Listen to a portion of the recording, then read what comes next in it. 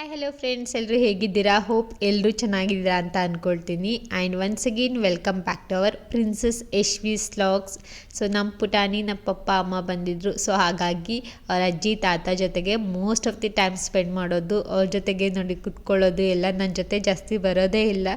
So ಹಾಗೆ ಅಪ್ಪ ಅಮ್ಮ ಬಂದಿದ್ದರು. ಹಾಗೆ ವೀಕೆಂಡ್ ಇತ್ತಲ್ವ, ಸೊ ಹಾಗಾಗಿ ನಮ್ಮ ಹಸ್ಬೆಂಡ್ ಎಲ್ಲರೂ ಹೊರಗೆ ಹೋಗೋಣ ಅಂತ ಹೇಳಿದ್ರು. ಸೊ ಹಾಗಾಗಿ ಬೇಗ ಬೇಗ ರೆಡಿಯಾಗಿ ನಾವು ಹೊರಟಿದ್ದಂಥದ್ದು ಇಸ್ಕಾನ್ ವೈಕುಂಠಗಿರಿ ಇದೆ ಅಲ್ವಾ, ಸೊ ಅಲ್ಲಿಗೆ ಹೋಗೋಣ ಅಂತ ಹೊರಟ್ವಿ. ನಾವು ಆಲ್ಮೋಸ್ಟ್ ಈವ್ನಿಂಗ್ 5 o'clock ಅಷ್ಟೊತ್ತಿಗೆ ಹೊರಟ್ವಿ. ಇದೊಂದು ಒಳ್ಳೆ ಪ್ಲೇಸ್ ಅಂತ ಹೇಳ್ಬೋದು. ಆ್ಯಂಡ್ ಈವ್ನಿಂಗ್ 5 o'clock ಅನ್ನೋದು ಬೆಸ್ಟ್ ಟೈಮಿಂಗ್ ಅಂತಲೇ ಹೇಳ್ಬೋದು. ಏಕೆಂದರೆ ಅಲ್ಲಿ ತುಂಬ ಚೆನ್ನಾಗಿರುತ್ತೆ, ಕಾಮಾಗಿರುತ್ತೆ. ಆ್ಯಂಡ್ ಸ್ವಲ್ಪ ಮೇಲಿರೋದ್ರಿಂದ ಇಡೀ ಬ್ಯಾಂಗ್ಳೂರು ಕಾಣುತ್ತೆ. ಆ್ಯಂಡ್ ಇಲ್ಲಿ ತುಂಬ ಚೆನ್ನಾಗಿ ನೀಟ್ನೆಸ್ ಎಲ್ಲ ತುಂಬ ಚೆನ್ನಾಗಿ ಮಾಡಿದ್ದಾರೆ. ಆ್ಯಂಡ್ ಸ್ಟಾರ್ಟಿಂಗ್ ಹೋಗ್ತಾ ಈ ಥರ ಸ್ಟೆಪ್ಸ್ ಹತ್ಕೊಂಡು ಹೋಗಬೇಕಾಗತ್ತೆ. ಸ್ವಲ್ಪ ಏಜ್ಡ್ ಪೀಪಲ್ಸಿಗೆ ಸ್ವಲ್ಪ ಟಫ್ ಅಂತ ಅನಿಸ್ಬೋದು. ಬಟ್ ಏನಂದರೆ ಮೇಲ್ವರೆಗೂ ವೆಹಿಕಲ್ನ ಹೋಗಿಬಿಟ್ಟು ಅಲ್ಲಿ ಡ್ರಾಪ್ ಮಾಡಿ ಬರ್ಬೋದು. ಬಟ್ ಅಲ್ಲೇ ವೆಹಿಕಲ್ಸ್ನ ಎಲ್ಲೂ ಪಾರ್ಕ್ ಮಾಡೋ ಆಗಿಲ್ಲ, ಕೆಳಗಡೆ ಪಾರ್ಕ್ ಮಾಡಬೇಕು. ಸೊ ಹಾಗಾಗಿ ಇನ್ ಕೇಸ್ ಯಾರಾದ್ರು ಸ್ಟೆಪ್ಸ್ ಹತ್ತೋಕೆ ಆಗಲ್ಲ ಅಂದರೆ ನೀವು ಹೋಗಿ ಫಸ್ಟಲ್ಲಿ ಡ್ರಾಪ್ ಮಾಡಿ ಮತ್ತೆ ಬರ್ಬೋದು. ಬಟ್ ಇಲ್ಲಿ ಹೋಗಬೇಕಂದ್ರೆ ನಿಮ್ಮದೇ ಓನ್ ವೆಹಿಕಲ್ನ ಮಾಡ್ಕೊಂಡು ಹೋಗಬೇಕಾಗುತ್ತೆ. ಇಲ್ಲ ಅಂದರೆ ಕ್ಯಾಬ್ನ ಬುಕ್ ಮಾಡ್ಕೊಂಡು ಹೋಗಬೇಕಾಗುತ್ತೆ. ಏಕೆಂದರೆ ಅಲ್ಲಿ ಯಾವುದೇ ರೀತಿ ವೆಹಿಕಲ್ ಫೆಸಿಲಿಟಿ ಇಲ್ಲ ಇಸ್ಕಾನಿಗೆ ಹೋಗೋವರೆಗೂ. ಸೊ ಹಾಗಾಗಿ ಆ್ಯಂಡ್ ಇಲ್ಲಿ ಬಂದೆ ಕ್ಲೀನ್ಲಿನೆಸ್ ಅಂತೂ ತುಂಬ ಚೆನ್ನಾಗಿ ಮೇಂಟೈನ್ ಮಾಡಿದ್ದಾರೆ. ಆ್ಯಂಡ್ ಸ್ಟಾರ್ಟಿಂಗ್ಗೆ ಎಲ್ಲ ಸ್ಲಿಪ್ಪರ್ಸ್ನ ಎಲ್ಲ ನೀಟಾಗಿ ಅಲ್ಲೇ ಬಿಟ್ಟು ಸೊ ನಾವು ಒಳಗೆ ಹೋಗಬೇಕು.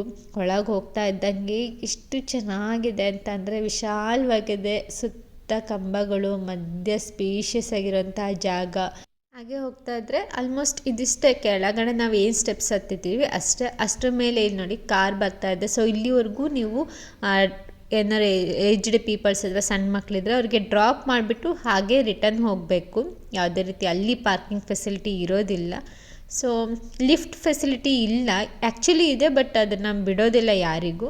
ಆ್ಯಂಡ್ ಇನ್ನು ಒಳಗೆ ಬಂದರೆ ತುಂಬ ಅಂದರೆ ತುಂಬಾ ಫ್ಲೋರಿಂಗ್ ಆಗಿರ್ಬೋದು, ಸೀಲಿಂಗ್ ಆಗಿರ್ಬೋದು, ಆ್ಯಂಡ್ ಎಲ್ಲೂ ಒಂದು ಚೂರು ಡಸ್ಟ್ ಅನ್ನೋದಿಲ್ಲ, ಅಷ್ಟು ಚೆನ್ನಾಗೇ ಮೇಂಟೈನ್ ಮಾಡಿದ್ದಾರೆ. ಆ್ಯಂಡ್ ಹೋಗ್ತಾನೆ ನಿಮಗೆ ಈಚ್ ಆ್ಯಂಡ್ ಎವ್ರಿ ಪ್ಲೇಸಲ್ಲಿ ಕಂಪ್ಲೀಟಾಗಿ ಅಲ್ಲಿ ಹೋಗಿ ನಿಂತ್ಕೊಂಡು ವ್ಯೂನ ನೋಡ್ಬೋದು. ಆ್ಯಂಡ್ ಇಲ್ಲಿ ಎಂಟ್ರಿ ನೋಡ್ಬೋದು ಎಷ್ಟು ಚೆನ್ನಾಗಿದೆ ಅಂತ. ನೋಡಿ ಇಡೀ ಬ್ಯಾಂಗ್ಳೂರು ಕಾಣಿಸ್ತಾ ಇದೆ. ನಮ್ಮ ಹಸ್ಬೆಂಡ್ ಅದೇ ತೋರಿಸ್ತಾ ಇದ್ರು, 4th block ಎಲ್ಲಿದೆ. ಆ್ಯಂಡ್ ಅಲ್ಲಿ ಟಾಟಾದ್ದು ಅಪಾರ್ಟ್ಮೆಂಟ್ಸ್ ಇದೆ ಅಲ್ವಾ, ಸೊ ಅದಾಗಿರ್ಬೋದು, ಪ್ರತಿಯೊಂದು ಇಲ್ಲಿಂದ ಕಾಣುತ್ತೆ. ಆ್ಯಂಡ್ ಫೋರಮ್ ಮಾಲ್ ಆಗಿರ್ಬೋದು, ಎಲ್ಲನೂ ಕಾಣುತ್ತೆ. ನಮ್ಮ ಹಸ್ಬೆಂಡು ನಮ್ಮ ಪುಟಾಣಿನ ಇಟ್ಕೊಂಡು ಎಲ್ಲ ನೋಡಿ ಯಾವ್ದ್ಯಾವ್ದು ಏನೇನು ಅಂತ ಎಲ್ಲ ತೋರಿಸ್ತಾ ಇದ್ರು. ಆ್ಯಂಡ್ ಹಾಗೆ ಇಲ್ಲಿ ಟೆಂಪಲ್ ಒಳಗೆ ಬಂದರೆ ಯಾವುದೇ ರೀತಿ ವಿಡಿಯೋ ಶೂಟ್ ಮಾಡೋದಾಗಿರಲಿ, ಫೋಟೋನ ತೊಗೊಳ್ಳೋದಾಗಿರಲಿ ಮಾಡಬಾರ್ದು. ದೇವ್ರದ್ದು ಪರ್ಟಿಕ್ಯುಲರಾಗಿ ಮಾಡೋ ಹಾಗಿಲ್ಲ. ಅದು ಬಿಟ್ಟರೆ ಬೇರೆದ್ರದ್ದೆಲ್ಲ ವಿಡಿಯೋ ಕ್ಯಾಪ್ಚರಿಗೆ ಏನು ಪ್ರಾಬ್ಲಮ್ ಮಾಡೋದಿಲ್ಲ. ಎದುರುಗಡೆ ನಿಂತ್ಕೊಂಡು ಡೈರೆಕ್ಟಾಗಿ ದೇವರ ಫೋಟೋನ ತೆಗೋ ಹಾಗಿಲ್ಲ. ಸೊ ಹಾಗಾಗಿ ಇಲ್ಲಿ ಫಸ್ಟ್ ನೀವು ಬರ್ತಾ ಇದ್ದಂಗೆ ನಾವು ಕೃಷ್ಣ ರಾಧಾ ಇರುತ್ತೆ. ಸೊ ಅದನ್ನು ನೋಡಿಕೊಂಡು ನೆಕ್ಸ್ಟ್ ಮತ್ತೆ ಈಗೇನು ಒಂದು ಸ್ಟೆಪ್ ಇದು ಮೇಲೆ. ಸೊ ಇಲ್ಲೂ ಅಷ್ಟೇ ತುಂಬ ಚೆನ್ನಾಗಿದೆ. ಒಂದು ಸ್ಟೇಜ್ ಬೈ ಸ್ಟೇಜ್ ಅದನ್ನು ಕನ್ಸ್ಟ್ರಕ್ಟ್ ಮಾಡ್ತಾ ಹೋಗಿರೋದು. ಸೊ ಒಂದು ದೇವರಾಗುತ್ತೆ, ಅದನ್ನ ನೆಕ್ಸ್ಟ್ ಸ್ಟೆಪ್ಸ್ ಹತ್ಕೊಂಡು ಇಲ್ಲಿ ಬಂದರೆ ಇಲ್ಲಿ ಒಂದು ದೇವ್ರು ಇರುತ್ತೆ. ಆ್ಯಂಡ್ ಅದು ಮತ್ತೆ ಕಂಪ್ಲೀಟ್ ಮಾಡ್ಕೊಂಡು ಹೋದರೆ ಮತ್ತೆ ಒಂದು ಸ್ಟೇಜಿಗೆ ಹೋದರೆ ಇನ್ನೊಂದು ದೇವ್ರು ಇರುತ್ತೆ. ಆ ಥರ ಸ್ಟೆಪ್ ಬೈ ಸ್ಟೆಪ್ ತುಂಬ ಚೆನ್ನಾಗಿ ಮಾಡಿದ್ದಾರೆ. ಆ್ಯಂಡ್ ಇನ್ನೂ ಪಕ್ಕದಲ್ಲಿ ಅದರ ರೈಟ್ ಸೈಡಲ್ಲಿ ಇನ್ನೂ ಕೂಡ ಕನ್ಸ್ಟ್ರಕ್ಷನ್ ವರ್ಕ್ ನಡೀತಾನೆ ಇದೆ. ಸೊ ಇದು ಒಳಗೆ ನೋಡ್ಬೋದು ಎಷ್ಟು ಚೆನ್ನಾಗಿದೆ. ಆ ಗರುಡಗಂಬ ಆಗಿರ್ಬೋದು, ಸೊ ಇದೆಲ್ಲ. ಇಲ್ಲಿ ಇಸ್ಕಾನ್ ಅಂದರೆ ಕೃಷ್ಣ ಅಂತೂ ಇದ್ದೇ ಇರುತ್ತೆ ಅಂತ ಎಲ್ಲರಿಗೂ ಗೊತ್ತಲ್ವ. ಕೃಷ್ಣ ದೇವರು, ಕೃಷ್ಣ ರಾಧಾ. ಆ್ಯಂಡ್ ಹಾಗೆ ಅದ್ರ ಜೊತೆಗೆ ಪದ್ಮಾವತಿ ಇದೆ, ಮತ್ತು ಲಕ್ಷ್ಮೀ ನರಸಿಂಹಸ್ವಾಮಿ ಇದೆ, ಆ್ಯಂಡ್ ಹಾಗೆ ವೆಂಕಟೇಶ್ವರ. ಇಷ್ಟು ದೇವರುಗಳನ್ನು ಇಲ್ಲಿ ಪೂಜೆಯನ್ನು ಮಾಡ್ತಾರೆ. ಸೊ ಅದೆಲ್ಲ ಆದಮೇಲೆ ಒಂದು ಗುರೂಜಿದು ಕೂಡ ಇದೆ, ಸಾರಿ ನನಗೆ ನೇಮ್ ಮರ್ತೋಗಿದೆ. ಆ್ಯಂಡ್ ಹಾಗೆ ಪ್ರತಿಯೊಂದ್ರದ್ದು ಡೀಟೇಲ್ಸ್ ಕೂಡ ಕೊಟ್ಟಿದ್ದಾರೆ. ಆ್ಯಂಡ್ ಇಲ್ಲಿ ದ್ವಾರಪಾಲಕರಾಗಿ ಯೂಶ್ವಲಿ ಈ ಆನೆಗಳನ್ನು ನಿಲ್ಲಿಸಿರ್ತಾರಲ್ವ, ನಮ್ಮ ಪುಟಾಣಿ ಅದನ್ನು ಮುಟ್ಬಿಟ್ಟು ಭೀಮಾ ಅಂತ ಹೇಳ್ತಿದ್ಲು. ಅವಳಿಗೆ ಯಾವ ಎಲಿಫೆಂಟ್ ಕಾಣಿಸಿದ್ರು ಅಷ್ಟೇ ಭೀಮಾ ಅಂತಲೇ ಹೇಳೋದು. ಸೊ ಅದನ್ನು ಹಗ್ ಮಾಡಿ ಅದ್ರ ಮೇಲೆ ಕುತ್ಕೊಳ್ಬೇಕು ಅಂತ. ಆ್ಯಂಡ್ ಹಾಗೆ ಇಲ್ಲಿ ಈಚ್ ಸ್ಟೆಪ್ಪಲ್ಲೂ ಕೂಡ ಒಂದೊಂದು ದೇವರನ್ನು ಮುಗಿಸ್ಕೊಂಡು ನಾವು ಮೇಲೆ ಬಂದಾಗೂ ಕೂಡ ರೆಸ್ಟ್ ಮಾಡೋಕ್ಕೆ ಅಂತಲೇ ಪ್ಲೇಸ್ನ ಬಿಟ್ಟಿದ್ದಾರೆ. ಸೊ ನೋಡ್ಬೋದು ಇಲ್ಲಿ ಎಷ್ಟು ಚೆನ್ನಾಗಿದೆ. ನೀವು ಯಾವುದೋ ಒಂದು ಹಳೇ ಟೆಂಪಲ್ಗಳಿಗೆ ಹೋಗಿ ನೋಡಿದಾಗೆ ಫೀಲ್ ಆಗುತ್ತೆ. ಬಟ್ ಇದು ಹೊಸದಾಗಿ ಕನ್ಸ್ಟ್ರಕ್ಟ್ ಮಾಡಿರೋದು ಅಷ್ಟೇ ಚೆನ್ನಾಗಿ ಮೇಂಟೈನ್ ಮಾಡಿದ್ದಾರೆ. ಆ್ಯಂಡ್ ಹಾಗೆ ಇಲ್ಲಿ ನೋಡ್ಬೋದು ಸನ್ಸೆಟ್, ಆ temple complete, ISKCON temple complete ನೋಡಿಕೊಂಡು ಹೊರಗೆ ಬರ್ತಾ ಇದ್ದಾಗೆ ಸನ್ಸೆಟ್. ಅದಕ್ಕೆ ಬೆಸ್ಟ್ ಟೈಮಿಂಗ್ 5 ಅಂತ ಹೇಳಿದ್ದು. 5 ಅಷ್ಟೊತ್ತಿಗೆ ಹೋದರೆ ನೀವು ಕಂಪ್ಲೀಟ್ ಒಂದು 6 ಅಷ್ಟೊತ್ತಿಗೆಲ್ಲ ನೋಡಿಕೊಂಡು ಹೊರಗೆ ಬರ್ತಾ ಇದ್ದಂಗೆ ಈ ಥರ ಸನ್ಸೆಟ್ಟಾಗಿ ಕೂಡ ಎಂಜಾಯ್ ಮಾಡ್ಬೋದು. ಆ್ಯಂಡ್ ಹಾಗೆ ಒಳಗಡೆ ಸ್ವಲ್ಪ ತಿಂಡಿ ಅದೆಲ್ಲ ಕೂಡ ಇಟ್ಟಿರ್ತಾರೆ. ನಾವು ಸ್ವಲ್ಪ ಬೈ ಮಾಡಿದ್ವಿ, ಅದನ್ನೆಲ್ಲ ತೊಗೊಂಡು ಸ್ವಲ್ಪ ಹೊತ್ತು ಸನ್ಸೆಟ್ನ ಎಂಜಾಯ್ ಮಾಡಿದ್ವಿ. ಸೊ ಹಾಗೆ ಡೌನ್ ಬರ್ತಾ ಇದ್ದರೆ ಸೊ ನೀವು ಇಲ್ಲಿ ಇಂಟ್ರೆಸ್ಟ್ ಇದ್ದರೆ ಭಜನೆ ಕೂಡ ಮಾಡ್ಬೋದು. ಒಂದು 2 ಮಿನಿಟ್ಸ್ ಕುತ್ಕೊಂಡು ಮಾಡಿ ಅಂತ ಹೇಳ್ತಾರೆ. ಸೊ ಅದನ್ನು ನಾವು ಮಾಡಲಿಲ್ಲ, ಇನ್ ಕೇಸ್ ಇಂಟ್ರೆಸ್ಟ್ ಇದ್ದರೆ ಮಾಡ್ಬೋದು ನೀವು. ಸೊ ಅದನ್ನು ಮುಗಿಸ್ಕೊಂಡು ಬಂದರೆ ಅಲ್ಲಿ ಪ್ರಸಾದ ಕೂಡ ಕೊಡ್ತಾರೆ. ಪ್ರಸಾದ ಎಲ್ಲ ತಿಂದ್ಕೊಂಡು ಅಲ್ಲೂ ಸ್ವಲ್ಪ ಸ್ನ್ಯಾಕ್ ಐಟಮ್ ಎಲ್ಲ ತುಂಬಾ ಇರುತ್ತೆ. ನಾವು ಒಂದು ಸ್ವಲ್ಪ ತೊಗೊಂಡು ಹೊರಗೆ ಬಂದ್ವಿ. ಸೊ ಹೊರಗೆ ಬಂದಂಗೆ ಆಲ್ಮೋಸ್ಟ್ 6:30 ಆಗ್ತಿದ್ದಂಗೆ ಲೈಟಿಂಗ್ಸ್ನ ಹಾಕಿರ್ತಾರೆ. ನೋಡ್ಬೋದು ಎಷ್ಟು ಚೆನ್ನಾಗಿರುತ್ತೆ ಲೈಟಿಂಗ್ಸ್ ಅಂತ. ಆ್ಯಂಡ್ ಹಾಗೆ ಹೊರಗೆ ಫುಲ್ಲು ಇಡೀ ಬ್ಯಾಂಗ್ಳೂರು ಸಿಟಿನೂ ಕೂಡ ಲೈಟ್ಸ್ ಎಲ್ಲ ಹಾಕಿರ್ತಾರಲ್ವ, ಫೋರಮ್ ಮಾಲ್ ಆಗಿರ್ಬೋದು, ಪ್ರತಿಯೊಂದು ಕಾಣ್ತಾ ಇತ್ತು. ತುಂಬ ಚೆನ್ನಾಗಿರುತ್ತೆ. ಅದಕ್ಕೋಸ್ಕರನೇ ಹೇಳಿದ್ದು ನಾನು ಬೆಸ್ಟ್ ಟೈಮಿಂಗ್ 5 ಈವ್ನಿಂಗ್ ಅಂತ. ಸೊ ನೀವು ಈವ್ನಿಂಗ್ 5:30 ಅಷ್ಟೊತ್ತಿಗೆ ಹೋದರೆ ಕಂಪ್ಲೀಟ್ ಎಲ್ಲನೂ ಟೆಂಪಲ್ನ ನಿಧಾನಕ್ಕೆ ಎಲ್ಲ ನೀಟಾಗಿ ನೋಡಿಕೊಂಡು ಸನ್ಸೆಟ್ನ ಮುಗಿಸ್ಕೊಂಡು ಹೊರಗೆ ಬರ್ತಿದ್ದಂಗೆ ಆ ಗೋಪುರ ಆಗಿರ್ಬೋದು, ಆ ವೇ ಹೋಗ್ತೀವಲ್ವ ಎಂಟ್ರಿ ವೇ ಆಗಿರ್ಬೋದು, ಪ್ರತಿಯೊಂದು ಕೂಡ ಹಿಂಗೆ ಲೈಟಿಂಗ್ಸ್ ಹಾಕಿರ್ತಾರೆ. ತುಂಬ ಚೆನ್ನಾಗಿರುತ್ತೆ ಎಲ್ಲದನ್ನು ನೋಡೋದಕ್ಕೆ. ಸೊ ಇದು ಲಾಸ್ಟ್ ಒಂದು ಔಟ್ಲುಕ್ನ ನೋಡಿ ಎಷ್ಟು ಚೆನ್ನಾಗಿ ಕಾಣಿಸ್ತಾ ಇದೆ ಅಂತ. ಆ ಗೋಪುರನ ಇನ್ನೂ ಹತ್ತಿರದಿಂದ ಕ್ಯಾಪ್ಚರ್ ಮಾಡಿದರೆ ಇನ್ನೂ ತುಂಬ ಚೆನ್ನಾಗಿ ಬರುತ್ತೆ. ಮೊಬೈಲಲ್ಲಿ ಎಷ್ಟಾಗುತ್ತೆ ಅಷ್ಟನ್ನು ಕ್ಯಾಪ್ಚರ್ ಮಾಡಿರೋ ಅಂಥದ್ದು. ಸೊ ಮುಗಿಸ್ಕೊಂಡು ನಾವು ಮನೆಗೆ ಬಂದ್ವಿ. ಸೊ ನಮ್ಮ ಪಪ್ಪ ಅಮ್ಮ ಬಂದಿರಲ್ಲ, ಸೊ ಏನಾದ್ರು ಸ್ಪೆಷಲ್ ಮಾಡೋಣ ಅಂತ ಹೇಳಿಬಿಟ್ಟು ಬಿರಿಯಾನಿ ಮಾಡೋಣ ಅಂತ ಹೇಳಿ ಚಿಕನ್ ತೊಗೊಬಂದಿದ್ರು. ಸೊ ಹಾಗಾಗಿ ಚಿಕನ್ನ ಕೂಡ ಮಾಡ್ತಾಯಿದ್ದೀವಿ. ಸೊ ನೋಡ್ಬೋದು ಗ್ರೀನ್ ಕಲರ್ ಚಿಕನ್. ಇನ್ನೇನು ಮಸಾಲೆಗೆ green chilli, ginger garlic paste, ಪುದೀನ, ಕೊತ್ತಂಬರಿ ಇದನ್ನೆಲ್ಲ ಹಾಕಿ ದೆನ್ ಚಿಕನ್ ಹಾಕಿ ಅದನ್ನ ಸ್ವಲ್ಪ ಹೊತ್ತು ಕುಕ್ ಮಾಡಿ ಆಮೇಲೆ ಒಂದು 30 ಮಿನಿಟ್ಸ್ ನೆನೆಸಿಟ್ಟಿರೋಂಥ ಬಾಸುಮತಿ ಅಕ್ಕಿ ಹಾಕೋದು. ಬಾಸುಮತಿ ಹಾಕಿದಾಗ 1 ಲೋಟಕ್ಕೆ 1/4 ಲೋಟ ನೀರು ಈ ಅಳತೆಯಲ್ಲಿ ಹಾಕಿದ್ರೆ ಪರ್ಫೆಕ್ಟಾಗಿ ತುಂಬ ಚೆನ್ನಾಗಾಗುತ್ತೆ. ಸೊ ಅದೆಲ್ಲ ಕುದಿ ಬಂದಾಗ ಸ್ವಲ್ಪ ಟೇಸ್ಟ್ ಎಲ್ಲ ಹೇಗಿದೆ, ಉಪ್ಪು ಖಾರ ಕರೆಕ್ಟಾಗಿದೆಯಾ ಅಂತ ನೋಡಿ ಎಲ್ಲ ಒಂದು ವಿಷಲ್ ಮಾಡಿಸಿದ್ರೆ ಸಾಕು. ಬಿರಿಯಾನಿ ಫುಲ್ ಟೇಸ್ಟಿಯಾಗಿ ರೆಡಿಯಾಗಿತ್ತು.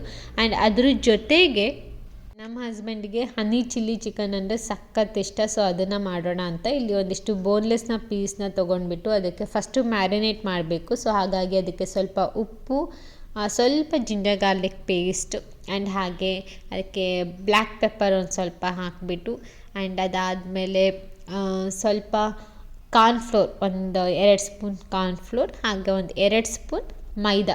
ಸೊ ಇದಿಷ್ಟು ಹಾಕಿ ನಿಮಗೆ ಇನ್ ಕೇಸ್ ಬೇಕು ಅಂದರೆ ಇದೇ ಟೈಮಲ್ಲಿ ಚಿಲ್ಲಿ ಫ್ಲೇಕ್ಸ್ ಕೂಡ ಹಾಕ್ಬೋದು. ನಾನು ಚಿಲ್ಲಿ ಫ್ಲೇಕ್ಸ್ ಇರಲಿಲ್ಲ ಸೊ ಹಾಗಾಗಿ ಹಾಕಿಲ್ಲ.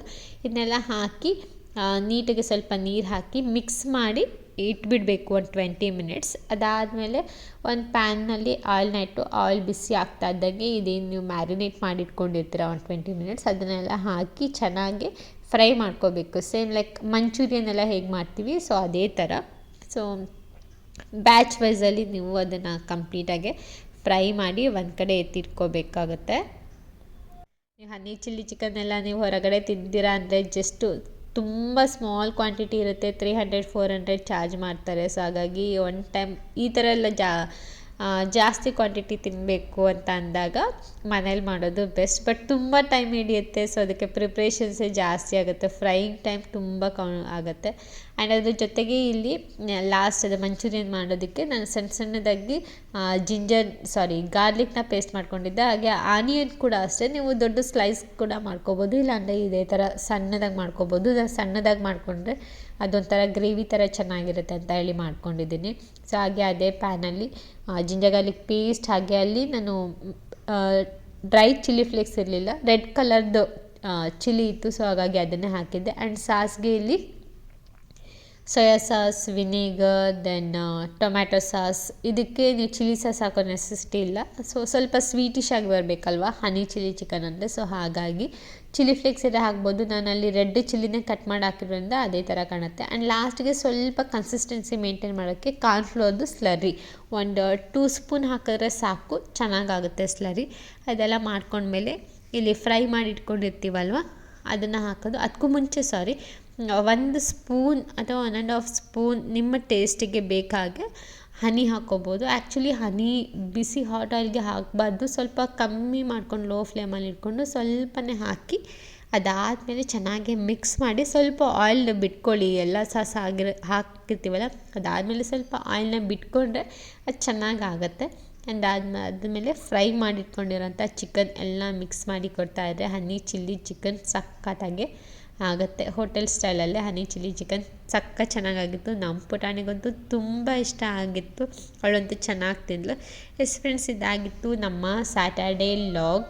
ಹೋಪ್ ಈ ವಿಡಿಯೋ ಎಲ್ಲರಿಗೂ ಇಷ್ಟ ಆಗಿದೆ ಅಂತ ಅಂದ್ಕೊಳ್ತೀನಿ. ಇಷ್ಟ ಆಗಿದೆ ಪ್ಲೀಸ್ ಒಂದು ಲೈಕ್ ಮಾಡಿ, ಶೇರ್ ಮಾಡಿ, ಹಾಗೆ ಸಬ್ಸ್ಕ್ರೈಬ್ ಮಾಡೋದನ್ನು ಮರಿಬೇಡಿ. ನಾವು ನಿಮಗೆ ಸಿಗ್ತೀವಿ ಮುಂದಿನ ಲಾಗಲ್ಲಿ. ಅಲ್ಲಿವರೆಗೂ take care, bye, have a nice day and stay tuned.